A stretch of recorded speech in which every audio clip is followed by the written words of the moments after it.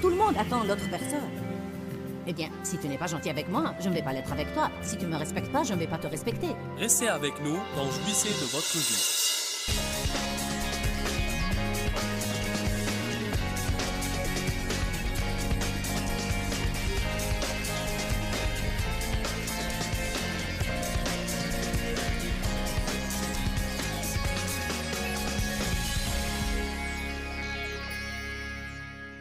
Nous dissertons sur l'interruption du plan de Satan par l'intermédiaire d'une puissante vie de prière. Nous allons parler cet après-midi de quelques conditions qui doivent être remplies pour que nos prières soient réussies. La Bible dit, par exemple, dans Deutéronome 28, « Si tu observes mes commandements, toutes mes bénédictions se répandront sur toi. » En fait, nous ne pouvons pas prendre les promesses de Dieu sans prendre les si tu avec et sans leur prêter attention. Amen. Nous savons que Dieu a un rôle et que nous avons un rôle. Ce qui est bien à ce propos, c'est que notre rôle, si nous savons recevoir de Dieu, n'exige vraiment pas un effort énorme, car tout ce que Dieu nous demande de faire, il nous donne l'énergie ou la grâce pour le faire. Donc, il me donne la possibilité de jouer mon rôle si je suis prêt à le jouer. Et parfois, je dois faire un pas de foi. Et un pas de foi veut dire que je commence à agir, ne voyant pas comment je vais faire la chose ou ne sachant pas comment je vais la faire. Mais je sens dans mon cœur que Dieu me dit de la faire. Alors, je fais un pas de foi plutôt aveugle. Ensuite, quand Dieu voit que ma foi est en lui, parce que j'ai commencé à agir, alors il apporte sa provision et me donne ce dont j'ai besoin pour la faire. Amen. Donc, c'est une de ces conditions qui doivent être remplies pour que nous soyons radicalement bénis. Et je veux dire qu'il y a des niveaux de bénédiction. Parfois, nous disons que nous commençons avec Dieu et nous sommes dans le pays de la pénurie. En d'autres termes, vous n'avez pas assez. Ensuite, lorsque vous vous connectez à Dieu et que vous commencez à donner, vous passez assez vite dans le pays de la modération. C'est malheureux à dire, mais beaucoup de chrétiens ne sortent jamais du pays de la modération pour entrer dans le pays de l'affluence et de l'abondance. Car tout comme les Israélites, qui étaient très charnels, ils étaient sortis de l'esclavage en Égypte et ils ont erré dans le désert pendant 40 ans. Leurs souliers et leurs vêtements ne se sont point usés. Ils avaient la manne du ciel tous les jours. Mais pendant tout ce temps-là, ils se dirigeaient vers un beau pays où coule le lait et le miel. Un pays d'abondance, un pays où ils pouvaient avoir beaucoup plus au-delà de leurs besoins. Mais ce qui leur arrivait dans le désert, c'est que Dieu essayait de les faire mûrir. Il essayait d'en faire des adultes et ils ronchonnaient et ils murmuraient et ils s'éloignaient de Dieu puis ils revenaient de nouveau. Ils ne voulaient prendre aucune responsabilité et ils étaient impatients. Donc je crois qu'un enfant de Dieu qui paye la dîme ne va probablement jamais être dans le besoin. Et ses besoins seront satisfaits, mais il y a une grande différence entre ça et vraiment vivre dans l'abondance. Si vous voulez vivre dans l'abondance, il doit y avoir une maturité spirituelle qui grandit dans votre vie. Je vais vous le dire en toute simplicité. Si vous avez une bonne et puissante marche dans l'amour, c'est le signe numéro 1 de la maturité spirituelle. Car seuls ceux qui sont mûrs spirituellement peuvent marcher dans l'amour. Car marcher dans l'amour veut dire aimer les gens qui ne le méritent pas. C'est quand quelqu'un mérite que vous restiez fâché contre lui et vous lui pardonnez. Marcher dans l'amour veut dire que vous vous conduisez comme Dieu. Et cela ne veut pas dire devenir un paillasson pour tout le monde et laisser tout le monde vous maltraiter et vous exploiter, car ce n'est même pas bien pour eux. L'amour doit parfois être ferme. L'amour doit parfois être assez ferme pour briser une relation si vous savez que non seulement elle vous empoisonne, mais qu'en permettant à cette personne de vous maltraiter, vous aggravez son problème. Alors comprenez-moi bien, aimer quelqu'un ne veut pas dire que vous devez être piétiné toute votre vie, mais cela veut dire qu'il va y avoir des moments où vous devez supporter quelqu'un alors que vous auriez préféré vous en éloigner. Cela veut dire qu'il va y avoir des moments où vous auriez aimé parler de quelqu'un, mais vous décidez de couvrir son offense, car la Bible dit « l'amour couvre une multitude de péchés ».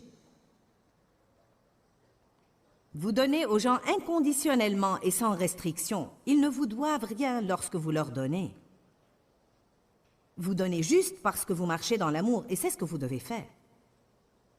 Nous avons vu que même si nous avons la foi, que la foi sans l'amour n'a aucune influence, l'amour est ce qui stimule la foi. Dites tous, stimule. Allons ensemble à Jacques 2, verset 1, s'il vous plaît.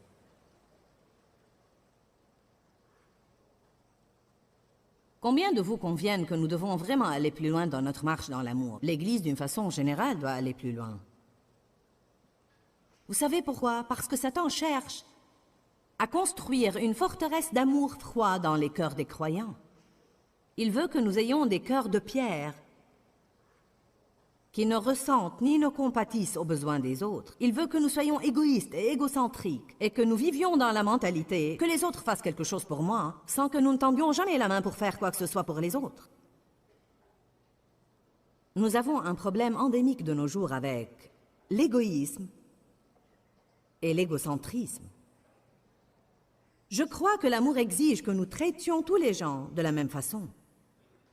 Peut-être que vous avez des amis préférés et il n'y a pas de mal à ça. Jésus a manifestement fait avec Pierre, Jacques et Jean des choses qu'il n'a pas faites avec les autres. Mais ce n'était pas parce qu'il les aimait plus que les autres. Je crois qu'il avait vu en eux des choses avec lesquelles il pouvait œuvrer et qui surpassaient ce qu'il avait vu chez les autres.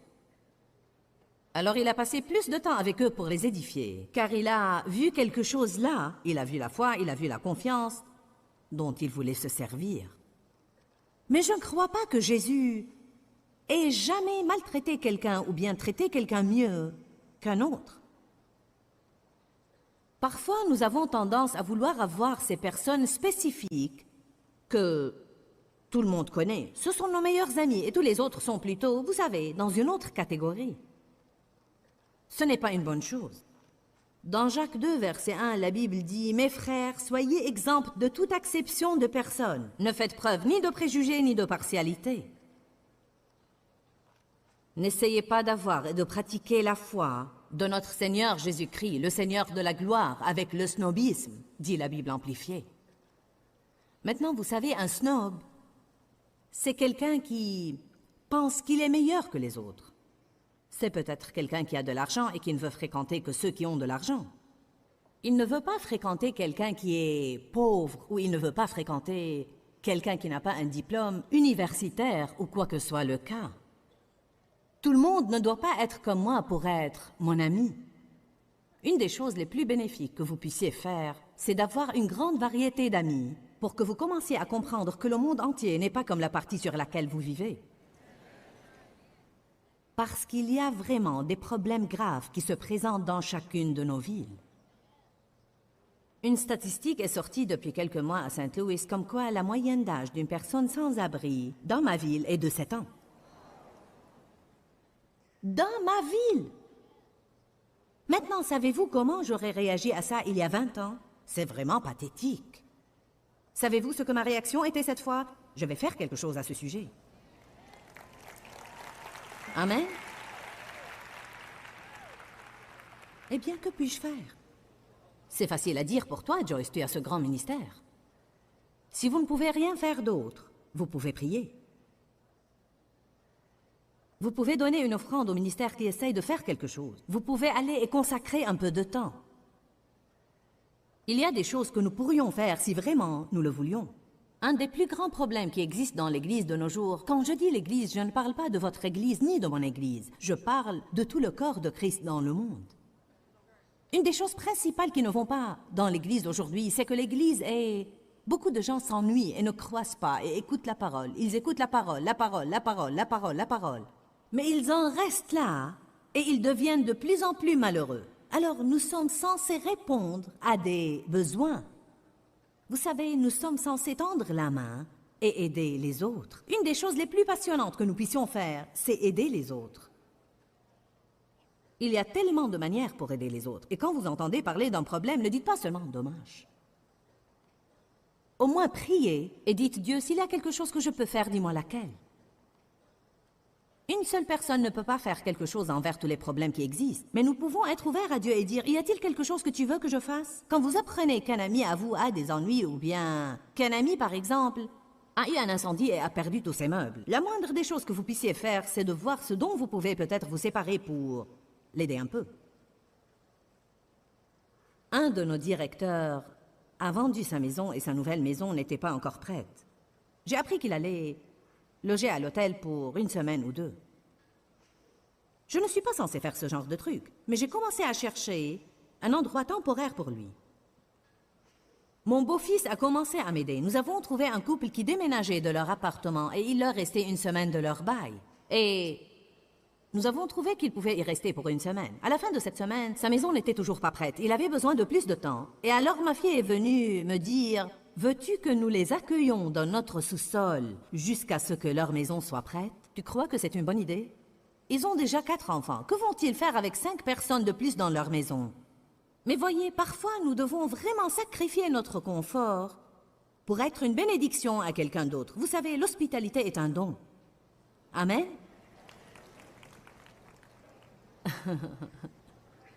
Oui.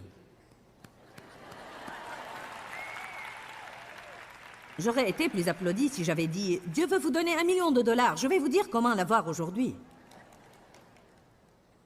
Non, mais il est tellement délirant, en tant que prédicatrice, de me tenir debout ici et de voir les gens réagir à différentes choses.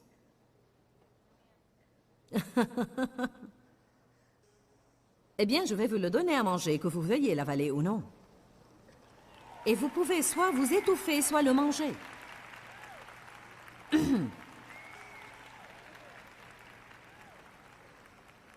Je vous le dis, vous n'allez pas être heureux si vous vous isolez en essayant de vous rendre heureux. Vous n'avez pas la capacité d'être heureux, mais Dieu peut vous rendre heureux. Si vous vous consacrez à être une bénédiction à quelqu'un d'autre, à ce moment-là, Dieu va veiller à ce que vous soyez bénis et heureux. Vous ne pouvez pas l'être en essayant de l'avoir par vous-même. Vous devez le donner d'abord.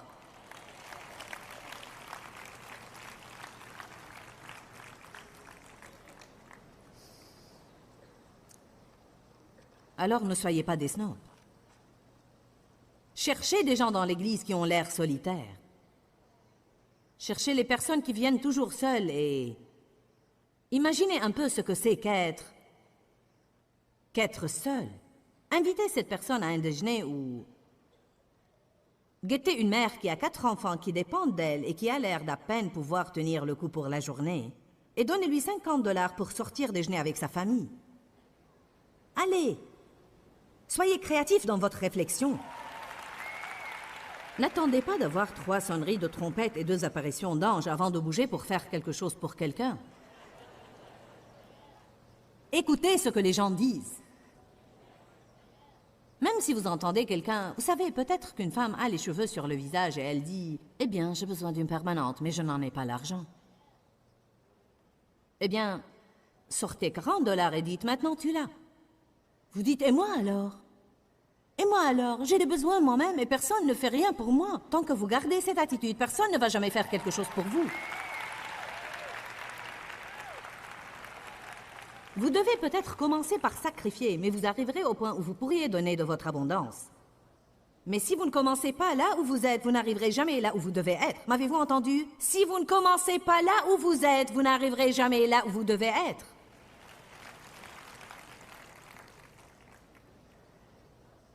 Parfois, Dieu va vous mettre dans le cœur de donner quelque chose à quelqu'un qui n'a même pas besoin de choses. Il se peut qu'il ait plus de choses que vous, mais il a besoin d'encouragement. Il a besoin de savoir que quelqu'un a pensé à lui, que quelqu'un se soucie de lui. Peu importe s'il n'a même pas besoin de choses, ça va le bénir.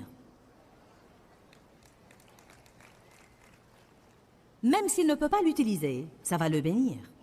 Parfois, vous donnez à quelqu'un quelque chose dont il a besoin et parfois vous lui donnez une graine. La Bible dit que Dieu donne de la semence au semeur et du pain à celui qui mange. Je reçois des choses qui ne sont pas mon genre. Je ne peux pas les utiliser et je ne peux rien faire avec. Mais je les utilise comme graines, je les donne. Eh bien, pourquoi m'as-tu envoyé ce cadeau stupide? Non, mais je ne veux pas ça, nom de Dieu.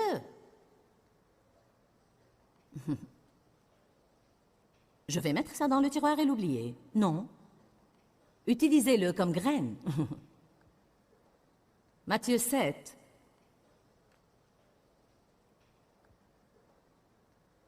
Verset 7. Continuez à demander et l'on vous donnera. Continuez à chercher et vous trouverez. Continuez à frapper et la porte vous sera ouverte. Car quiconque continue à demander reçoit, et quiconque continue à frapper, la porte lui sera ouverte. Lequel de vous, si son fils lui demande un pain, lui donnera une pierre, ou s'il lui demande un poisson, lui donnera un serpent? Si donc, méchant comme vous l'êtes, vous savez donner de bonnes choses et d'avantageuses choses à vos enfants, combien plus votre Père, qui est aux cieux, parfait comme il est, donnera-t-il de bonnes et avantageuses choses à ceux qui continuent à lui demander? Ainsi donc, le verset 12 dit « Ainsi donc », donc le verset 12 est lié à ceux qui le précèdent. Ainsi donc, tout ce que vous voulez que les hommes fassent pour vous, vous aussi faites-le de même pour eux. Je crois que parfois nous pensons que ce sont deux sujets différents, vous savez. Comme si les versets 7 à 11 formaient un sujet, et maintenant, tout à coup, il passe à un sujet différent. Mais il dit en fait, demandez et continuez à demander et l'on vous donnera. Mais maintenant, voilà une condition. Ainsi donc, si c'est ce que vous voulez voir arriver, comme vous voulez que les gens vous traitent et fassent pour vous, vous devez les traiter de cette façon d'abord. Savez-vous pourquoi beaucoup de mariages échouent? Parce que personne ne veut être assez modeste, assez humble et assez mûr pour être le premier à s'excuser, le premier à céder, le premier à dire « je suis désolé ». Tout le monde attend l'autre personne. Eh bien, si tu n'es pas gentil avec moi, je ne vais pas l'être avec toi. Si tu ne me respectes pas, je ne vais pas te respecter. Si tu ne fais rien pour moi, je ne vais rien faire pour toi. Eh bien non, c'est stupide. Faites attention à cette écriture. D'accord? J'aimerais que mon époux m'apporte plus de cadeaux et il ne le fait pas, alors je vais commencer à les lui offrir. J'aimerais que mon époux me fasse plus de compliments et...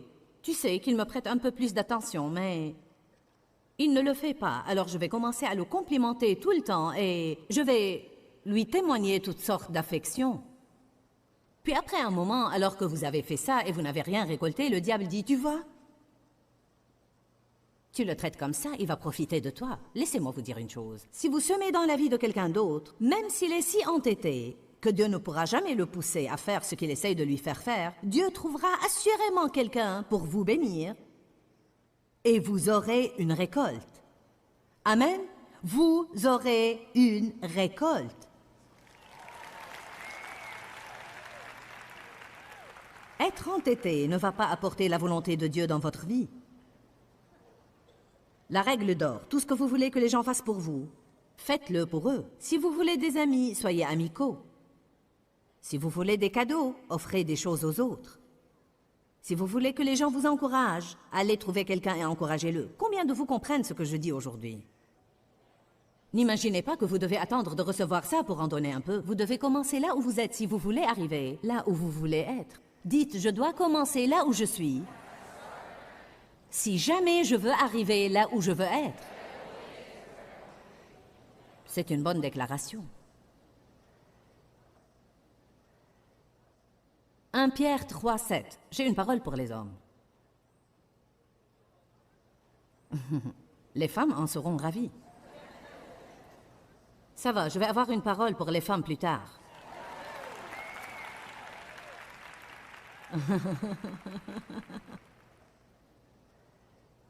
Mais vous savez, nous devons faire attention à cette chose.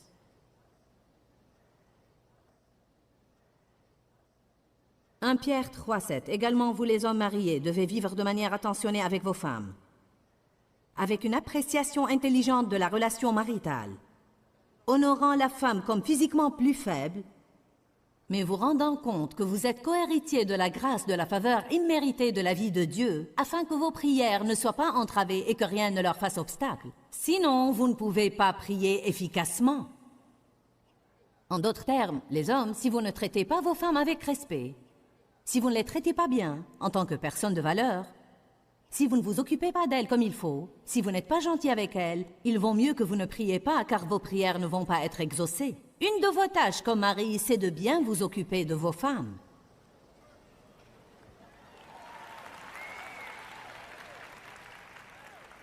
Oui, et alors que les hommes passent maintenant leurs bras autour de leurs femmes. J'ai vu plusieurs hommes, dès que j'ai dit ça, qui ont mis leurs bras autour de leurs femmes. Les hommes, laissez-moi vous donner juste un petit conseil rapide, là. Puis-je vous donner une petite gâterie, là? Vous ne comprenez pas.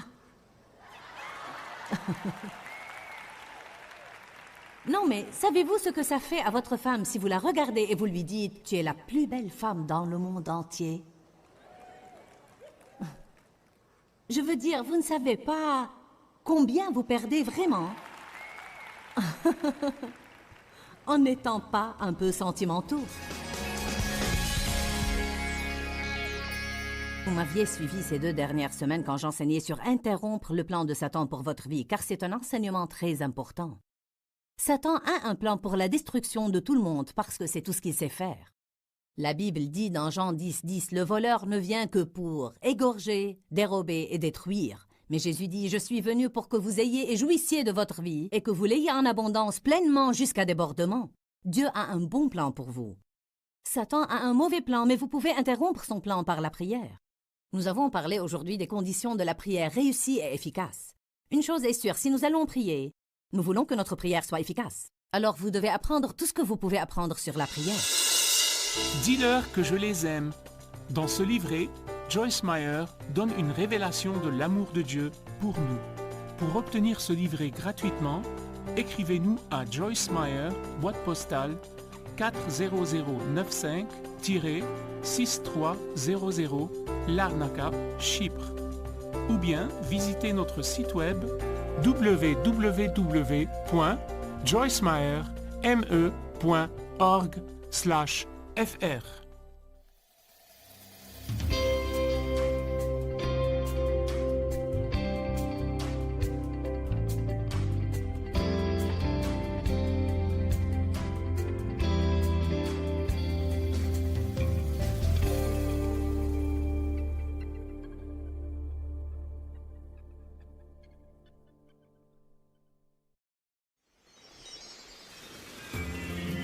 Ne faites pas de grandes histoires à partir de petites choses, mais choisissez de vous taire à leurs propos et de vous occuper de vos affaires. Restez avec nous dans Jouissez de votre vie.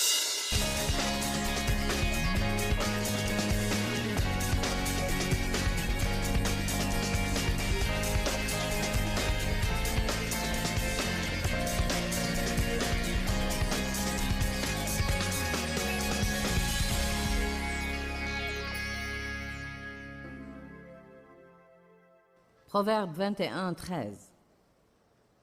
Le rire est une chose extraordinaire. N'êtes-vous pas heureux que Dieu vous ait donné le rire? Ça vous fait du bien de partout quand vous riez. Si nous prenons cette écriture dans le fond, elle nous apprend bien des choses. Proverbe 21:13. Celui qui ferme son oreille au cri du pauvre criera lui-même et n'aura point de réponse. Quand je vois des gens dans le besoin et je m'en fiche, à ce moment-là, si j'ai un besoin, Dieu va se ficher de moi. Ésaïe 58. Il parle du type de jeûne auquel Dieu prend plaisir. Le verset 6 dit « N'est-ce pas ceci le jeûne que j'ai choisi, détacher les chaînes de la méchanceté, dénouer les liens de la servitude, renvoyer libres les opprimés et que vous rompiez toute espèce de joug?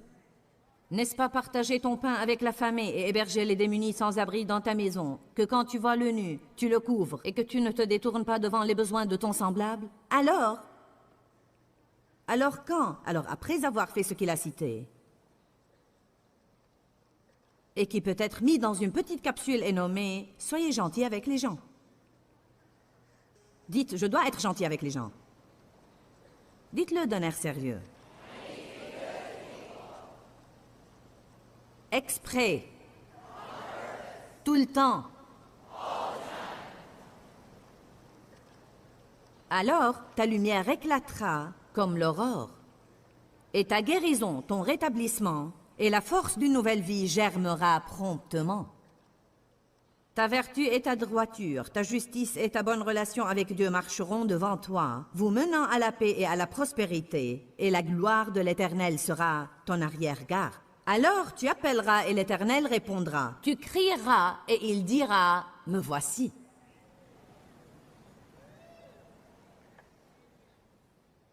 Vous pouvez avoir une énorme récolte Simplement en étant gentil. En n'étant pas impoli. Laissez quelqu'un passer devant vous dans la file à l'épicerie. Laissez quelqu'un prendre la place de stationnement que vous vouliez. Ne faites pas de grandes histoires à partir de petites choses, mais choisissez de vous taire à leurs propos et de vous occuper de vos affaires.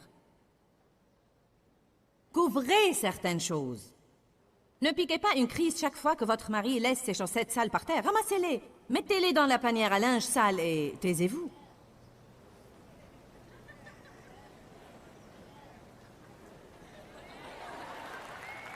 Êtes-vous aussi fatigué que ça? Eh bien.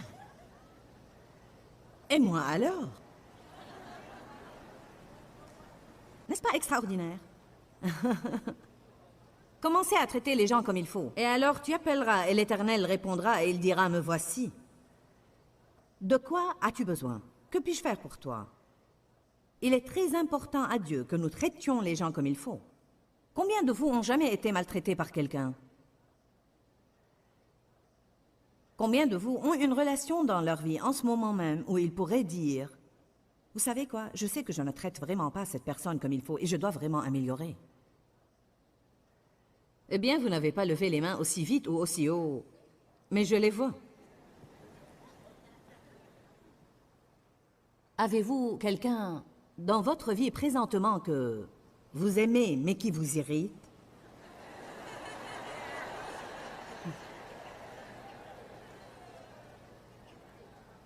Pensez-vous que les disciples n'ont pas enduré ça? Que pensez-vous que Pierre insinuait lorsqu'il disait « Seigneur, combien de fois dois-je pardonner à mon frère pour la même offense? » 7? Jésus lui dit non. Et si je te dis 70 fois 7? Vraiment, 7 est le numéro parfait de Dieu. Alors ce qu'il voulait dire était en fait « pardonne-lui et pardonne-lui jusqu'à ce que ça marche ». C'est ma propre opinion, mais je pense que Pierre avait un problème avec Jean. Je connais la personnalité de Pierre parce que je suis comme Pierre et Jean l'aurait irrité. Car Jean aurait plutôt traîné, vous savez. Je suis le disciple que Jésus aime.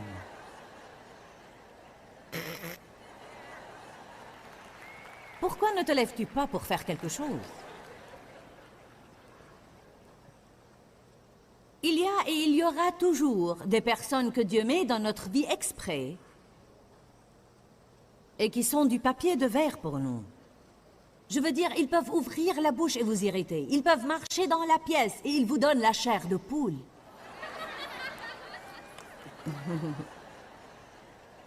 Ça ne sert à rien de les fuir, car où que vous irez, vous en trouverez.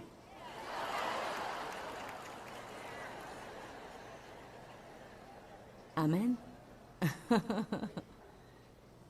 Qui a plus qu'un seul enfant? Parmi vos nombreux enfants, combien de vous ont au moins un qui vous irrite jusqu'au point de vous assommer?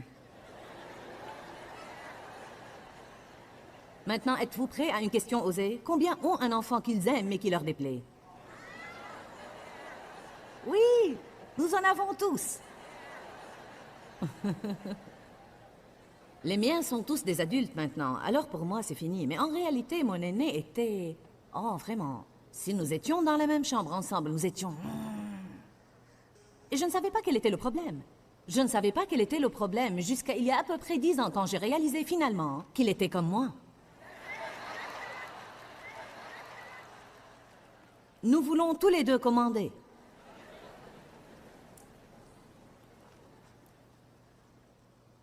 Les gens sont partout. Vous ne pouvez pas les fuir. Quoi que vous fassiez, ils sont bien là.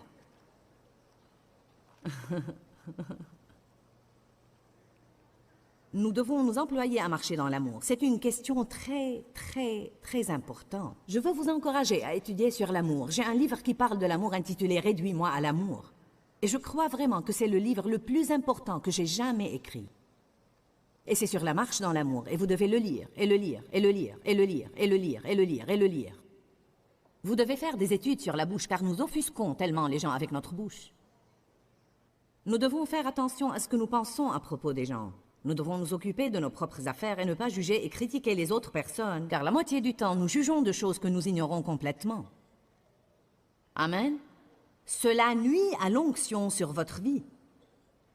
Dites ça avec moi. Si je maltraite les gens, cela nuit à l'onction sur ma vie. Une partie de la marche dans l'amour, c'est de pardonner aux gens.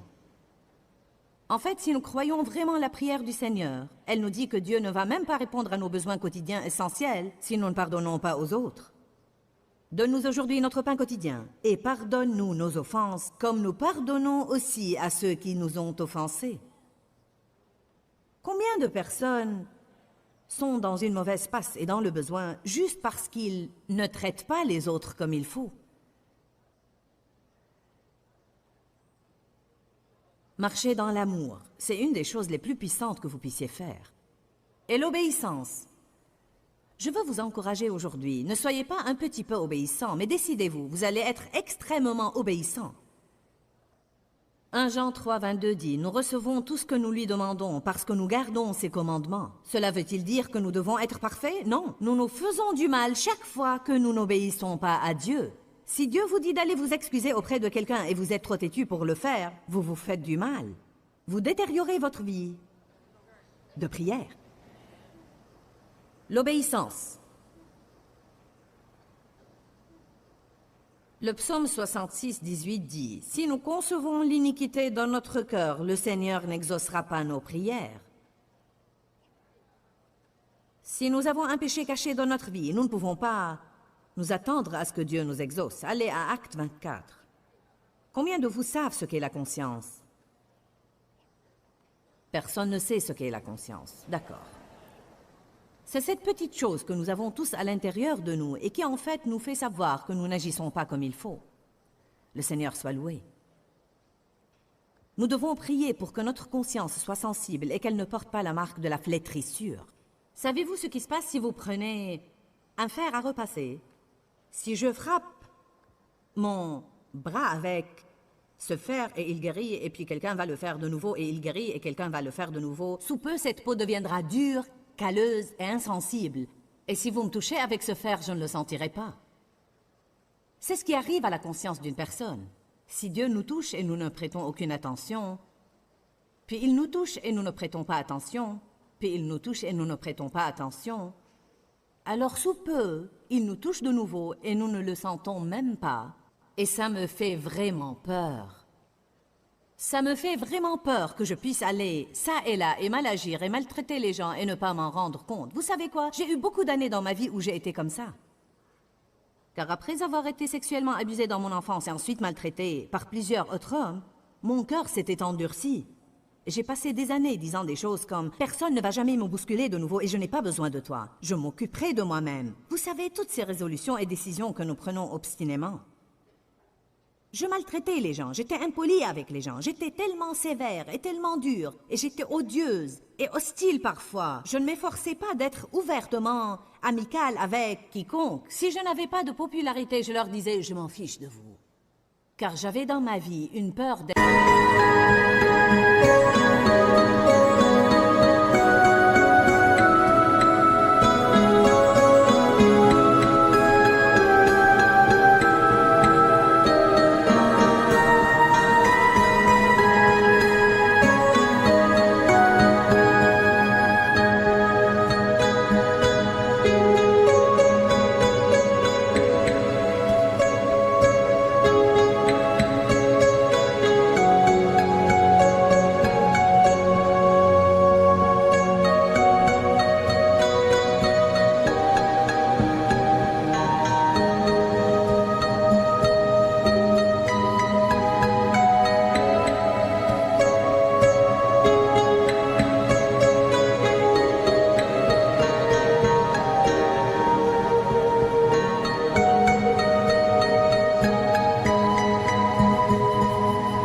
rejetée. J'étais en fait une personne insensible. Un cœur dur vous rend insensible. Une des choses qui peut vous donner un cœur dur, c'est être maltraité. Mais si vous avez été très maltraité, cela ne vous autorise pas à passer le restant de vos jours à maltraiter quelqu'un d'autre. Cela veut dire que vous devez pardonner à tous ceux qui vous font du mal. C'est le premier pas pour que vous ayez un cœur tendre à nouveau. Et vous devez demander à Dieu de commencer à vous attendrir le cœur et de commencer à vous permettre d'avoir une conscience vraiment sensible et de savoir quand vous faites du mal à quelqu'un. Maintenant, j'ai tellement grandi sur ce plan, car à l'époque, les gens me disaient « Tu m'as vraiment blessé. Eh bien, que t'ai-je fait? Tu as dit ceci et cela. Eh bien, pourquoi cela doit t'embêter? Eh bien, grandis. » Toute mon attitude était « affronte une situation difficile et continue ». J'ai commencé à réaliser que je ne pouvais plus faire ça. Les gens ont des besoins différents et nous devons être comme Paul. Avec les Juifs, je suis Juif. Avec les Grecs, je suis Grec. Avec quelqu'un qui est sous la loi, je suis sous la loi. Avec les esclaves, je suis esclave. Et avec les libres, je suis libre. Paul voulait dire, j'ai atteint un point de maturité dans ma vie avec Dieu où tout ce que quelqu'un veut que je sois, je suis celui qui m'adapterai. Je m'adapterai. Et je serai tout ce dont vous avez besoin que je sois, pas parce que je suis obligé de le faire, mais parce que je suis libre de le faire. Voyez, nous passons tellement de temps à penser aux choses dont nous nous sommes libérés, au lieu de penser aux choses que nous sommes libres de faire, parce que nous avons la force de Dieu dans notre vie pour les faire. Paul dit, je peux faire tout ce que je veux, mais je me réduis à être le serviteur de tous. Parce que j'ai un désir, un but, je veux gagner les gens au Christ. Donc il dit, je suis prêt à faire tout ce qu'il faut pour vous gagner au Seigneur. Amen. Nous nous attendons à ce que tout le monde s'adapte et s'ajuste à nous. Eh bien, je suis perfectionniste, donc si vous voulez avoir une relation avec moi, faites tout à la perfection. J'aime que tout soit ordonné, donc si jamais vous êtes désordonné, je ne vais pas avoir une relation avec vous. Eh bien, je suis une personne vraiment sérieuse et extrêmement instruite. Et je ne veux pas d'absurdité. Donc, si vous avez une personnalité qui aime s'amuser, je ne veux pas avoir une relation avec vous car vous allez être trop évaporé. Combien de vous conviennent que c'est une maturité spirituelle que de pouvoir et de vouloir s'adapter et s'ajuster aux autres afin de les voir grandir dans leur relation avec Dieu? Que faut-il pour ça? Il faut l'abnégation. Eh bien, si je le fais, toute ma vie, je vais être exploité. Nous devons arrêter de nous inquiéter que quelqu'un nous exploite toute notre vie. Et nous devons mettre notre confiance en Dieu. Nous mettre entre les mains de Dieu et croire fermement que si je fais ce qui est bien, il va s'occuper de moi. Alléluia. Si nous faisons ce qui est bien, Dieu va s'occuper de nous. Acte 24, 16, l'apôtre Paul dit, « Par conséquent, je m'exerce et je me discipline toujours. » En traitant durement mon corps et en tenant assujettis les affections de la chair et mes aspirations matérielles, et en m'efforçant à tous égards d'avoir une conscience tranquille, inébranlable et sans reproche, dépourvue d'offense devant Dieu et devant les hommes. J'aime cette écriture. Paul dit, j'œuvre vraiment et je lutte dans l'esprit pour m'assurer qu'il n'y ait rien entre moi et Dieu et qu'il n'y ait rien entre moi et les gens.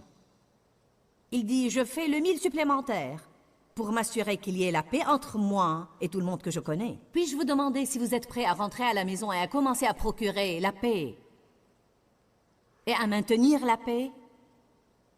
Quand vous entendez des choses comme « je suis toujours celui qui doit faire la paix », eh bien tant mieux pour vous. Cela montre que vous êtes vraiment mature et que vous êtes prêt aussi à faire tout ce que vous devez faire pour obéir à Dieu. Eh bien, ce n'est pas juste. Vous avez raison, ce n'est pas juste, mais la vie n'est pas juste. Il n'était pas juste aussi que Jésus prenne tous nos péchés et qu'il les porte sur la croix et qu'il en paye le prix, mais il l'a fait. L'amour ne hurle pas à propos de ce qui est juste. L'amour fait ce qui est bien. Nous devons commencer à faire ce qui est bien, pas pour avoir un bon résultat de la personne pour laquelle nous l'avons fait, mais nous devons le faire en raison de la justice. Parce que c'est juste, nous devons faire ce qui est juste. Si c'est mauvais, nous le laissons, et si c'est juste, nous le faisons. Donc, efforcez-vous de garder votre conscience tranquille en n'offensant pas Dieu et en n'offensant pas les hommes. Si vous offensez quelqu'un, eh bien, repentez-vous. Je veux dire, j'ai blessé quelqu'un. En fait, j'ai blessé 2 personnes la semaine dernière. Et je n'aime pas ça. Je pense que je me suis un petit peu relâchée. Combien de vous savent que parfois nous pouvons nous relâcher un petit peu dans notre conduite? Vous vous permettez une petite chose, et puis une autre petite chose, et encore une autre petite chose. Et sous peu, vous ressemblez à ce que vous étiez dans le passé. La Bible dit, c'est pour que nous restions libres que le Christ nous a libérés. Donc tenez bon et ne vous laissez pas mettre de nouveau sous le joug de la servitude que vous avez une fois brisée. Ce n'est pas parce que nous avons été affranchis d'une chose que nous n'avons jamais besoin d'entretien. Vous allez régler vos pneus et régler vos freins. Mais ça ne veut pas dire que vous n'allez pas avoir à le refaire plus tard dans votre vie. Parfois, je pense que Dieu envoie les gens à mes réunions pour qu'ils les ajustent un peu, règlent certaines de leurs attitudes, les prennent en main, et pour leur rappeler certaines choses qu'ils connaissent déjà, mais qu'ils se sont peut-être lassés de faire.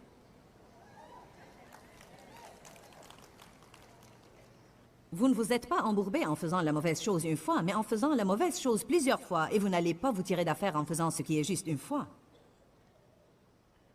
Vous devez le faire répétitivement, encore et encore et encore, et tôt ou tard, vous surmonterez votre passé. Ouvrons nos Bibles au Proverbe 15, 29.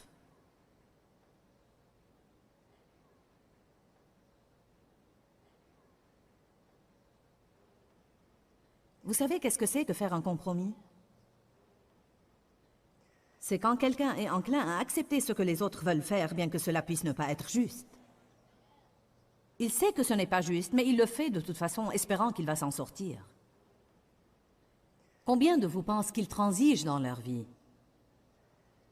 Cela veut dire que nous savons qu'une chose est mauvaise. Nous avons la conviction du Saint-Esprit que nous ne devons pas la dire, la faire, l'acheter et la manger. En fait, les gens disent tout le temps, je sais que je ne dois pas dire ça, mais... Je sais que je ne dois pas manger ça, mais...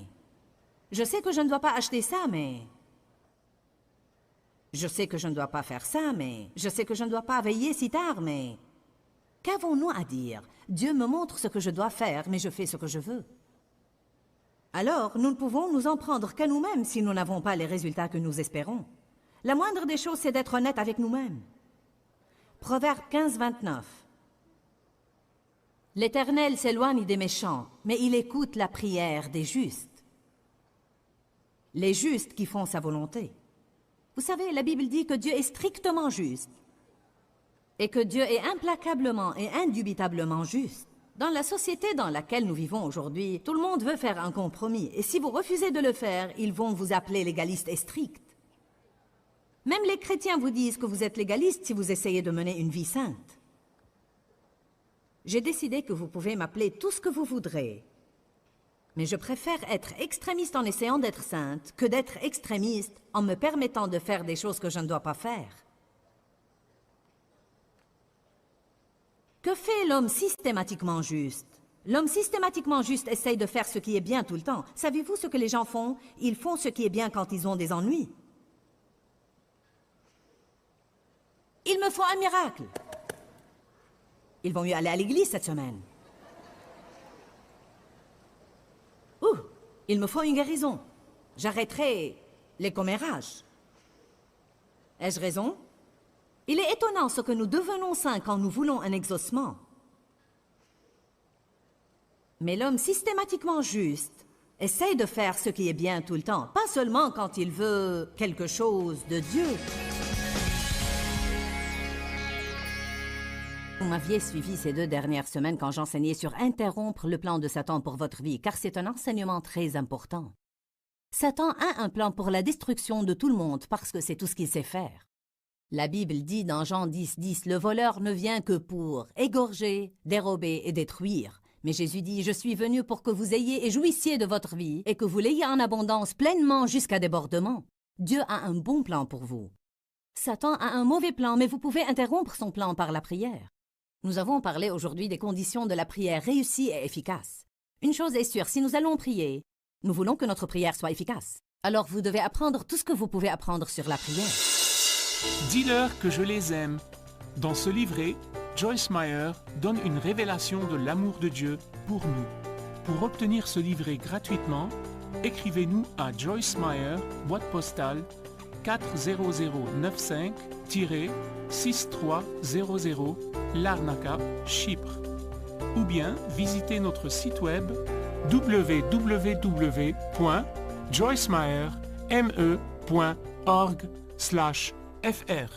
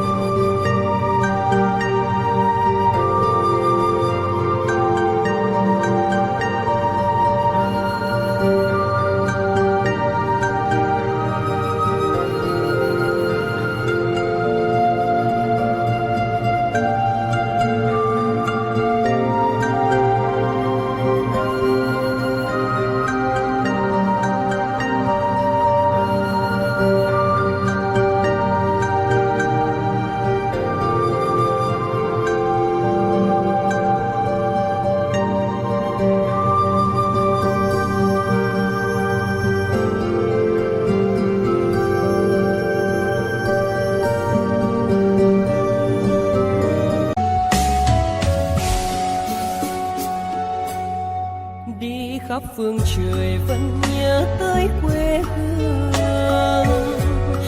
Người về đây thăm làng Trù quê mẹ và làng Sen quê cha, xúc động bồi hồi người rơi giọt lệ, thương mái nhà tranh thương đất mẹ nghề.